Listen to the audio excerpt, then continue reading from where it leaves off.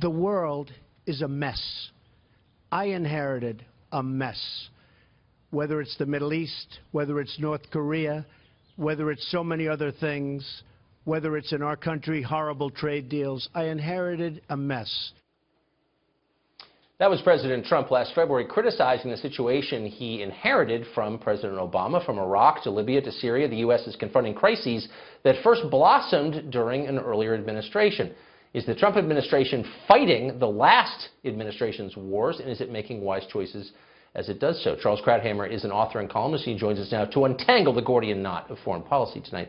Charles, I'm legitimately confused. I thought that our main opponent there and everywhere was the Sunni extremist organization ISIS, and now I pick up the paper and see that we're shooting planes down from a government that is also fighting ISIS, that is representing the Shiites. And so is the main threat in Syria the Assad regime, or is it ISIS? Sincerely, I don't know.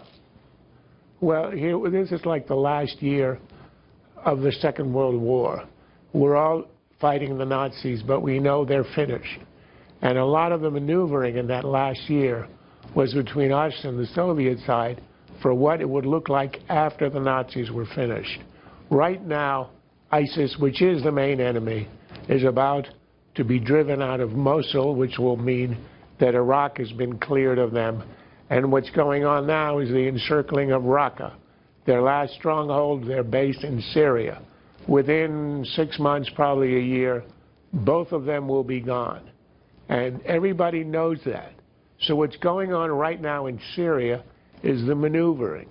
The Iranians want to inherit the territory that's going to be lost by ISIS. They showed that by launching rockets today over Iraq into Syria, ostensibly at ISIS as retaliation for the terror attacks, but really a demonstration to Saudi Arabia, the Sunni Arabs, and everybody in the region of their reach. The Iranian objective is to inherit the territory of ISIS, which gives them control of the entire northern part of the Middle East, from Iran through Iraq, through Syria to the Mediterranean. The Persians have not had that in 2,000 years, and it is within their grasp. So the Russians, the Iranians, the Syrian regime are all on one side, and the maneuver is to make sure they get the territory that ISIS loses. Our interest is to make sure that doesn't happen. That's why we attack the forces of Assad, who are hitting our allies on the ground, who are the Kurds, and there are these Syrian rebels who, together with the Kurds, are closing in on Raqqa. Our objective, you were asking earlier, what's our objective in the region? It is simple. We don't want to see Assad have a puppet regime which will be run by Iran and Russia in control of all of Syria. We don't want them to inherit the ISIS territory. We would like to see that held by pro-Western, pro-Saudi, Sunni forces.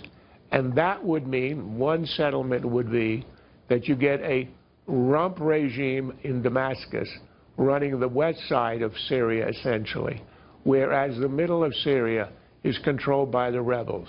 That is a far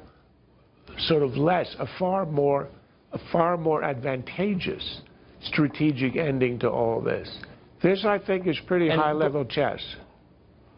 Yeah, I mean, it's way too high level to be real, in my opinion. So the two sides will just kind of co-occupy the country and not continue a civil war. Why wouldn't they be at war with each other perpetually forever? They might be, except that if Assad and the Russians decide the war is not winnable, Assad is a minority sect, very much hated in the area, maybe 10%, essentially affiliated with the Shiites, the Alawites.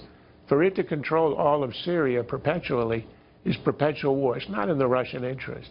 The Russians might accept a settlement in which there's a de facto division of the country into ethnic enclaves, which would probably be, for the Syrian people and for us, the best outcome.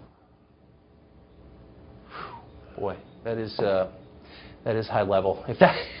Charles, thank you for that. I appreciate it. My pleasure.